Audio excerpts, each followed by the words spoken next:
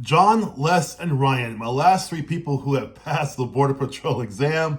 I was told this on Tuesday, Wednesday, and Thursday, so give it up for those guys, okay? So today we're going to take three actual questions from my exam I have in the link below.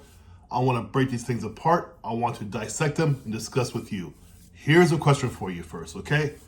While patrolling a remote area near the southern border, you and your partner encounter a group of 6 individuals walking a trail that's frequently used for illegal crossings. Upon approach, the group flees in multiple directions. You and your partner manage to apprehend 3 of these people. During questioning, one subject claims they are a family who separated in the chaos. Another insists, well, I'm a local ranch hand, while the third remains silent. You're without immediate backup, low on daylight, and several miles from the nearest station. What is your next most logical step? Is it A, release all 3 individuals and attempt to locate the others before nightfall? B, separate and question each individual further, then transport all 3 to the nearest station? C, detain only the silent one, as silence may indicate guilt? Or D, leave the apprehended individuals at the site with instructions to wait until you pursue the others? A, B, C, or D? If you said B, separate and question each individual further, then transport all 3 to the nearest station. Now, in all my answers to my questions, I have an explanation. So why do we say B? Separating and interviewing each subject helps to gather facts and verify stories, right? You want to verify the stories. If each one tells a different story, well, they're not verified. You got to get what each one's saying separately. This reduces the chance of coordinated deception. So, tell the same story, right? But if they're separated, though, they can't hear what the other one's saying.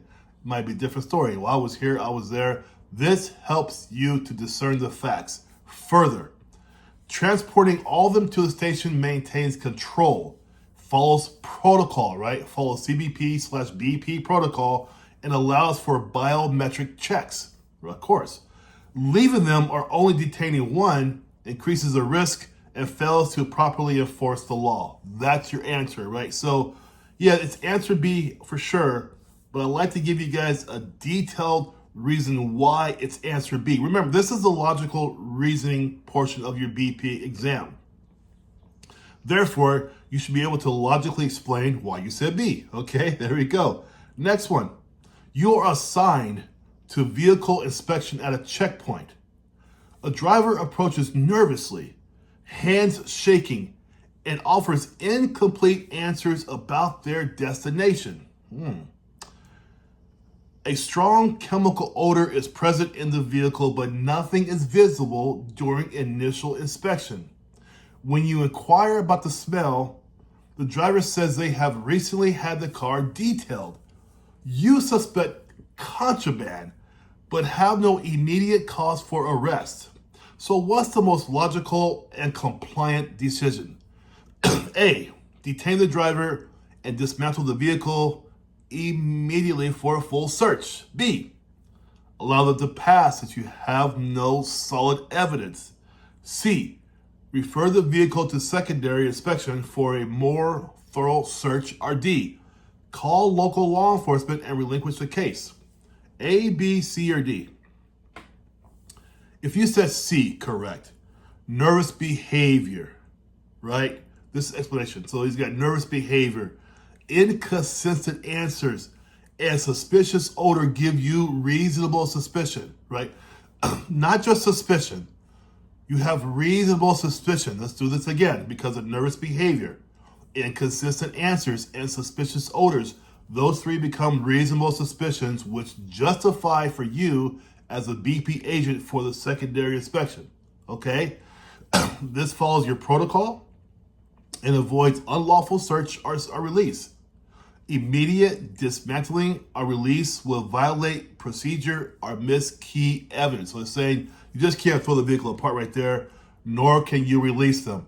Okay, remember D said call local law enforcement. No, you're BP, you're sovereign. You can do your own thing. Okay, you guys, the people want to go into border patrol. Okay, a full 54% of them do not pass the border patrol exam.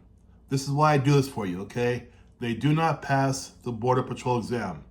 I've got more in a free link down below in the description for you to take more of these tests before it gets you ready. Okay. It's free, 8 or 9 questions I think it is, but they're logical based questions for Border Patrol specifically because the BP and CBP have some similarity, but they're not completely the same. They have some differences, okay? So there we go. Let's do another one for you, okay? But click the link below for your free quiz. During a multi-agency operation, you receive intelligence that a smuggling attempt is planned along your assigned route, so where you are, right? As you observe the area, you spot a group of people near a drainage culvert, a common crossing point. One person appears to be guiding the others with hand signals. Stop right here, you guys. What do they call that when a person is guiding everybody else? What's the name for that person, right? It's kind of slangish, but the name for it, okay? You tell me what that is in the comments below. You should know what that is already, okay?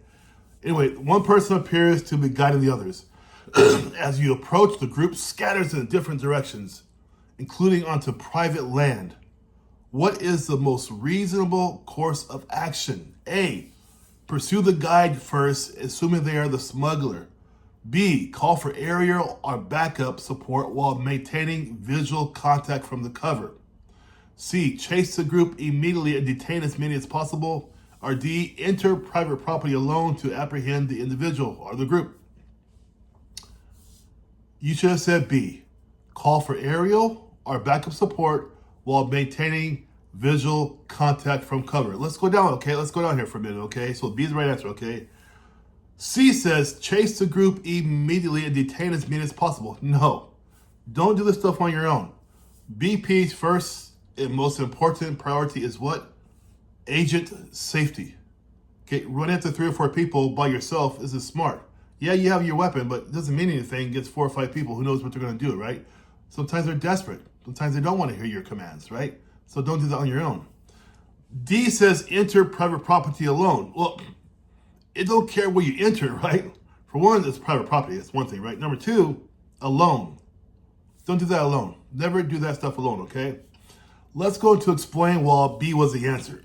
Because maintaining observation while calling backup is the safest and aligns with the chain of command procedures. Chain of command procedures. There's a word there for you. Chain of command. Okay? Entering private land or pursuing alone risks safety and legality. Private land and alone.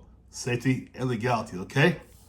Focusing only on the guide could miss others or lead to losing visual contact entirely. So just because it's a guide don't mean you want to just have him in your visual. Have as many as you can in your visuals, okay? So those are your 3 questions for you for the logical reasoning portion of the test. If you can pass those, some of those, right, you have a good chance. If you have a hard time understanding the flow here, the questions here, the answer here, and the reasoning here, go down the link below, click that link down there for more BP free questions for you, okay? Give it a shot and do your best.